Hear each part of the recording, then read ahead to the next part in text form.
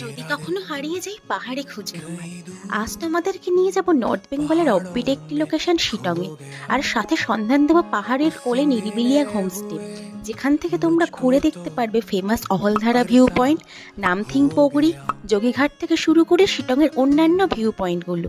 শিলিগুড়ি থেকে মাত্র 2 ঘন্টা দূরে শিটংয়ের মেঘদুয়ার হোমস্টে, যেখানে রুম থেকেই তোমরা পেয়ে যাবে 360 ডিগ্রি পাহাড়ের ভিউ।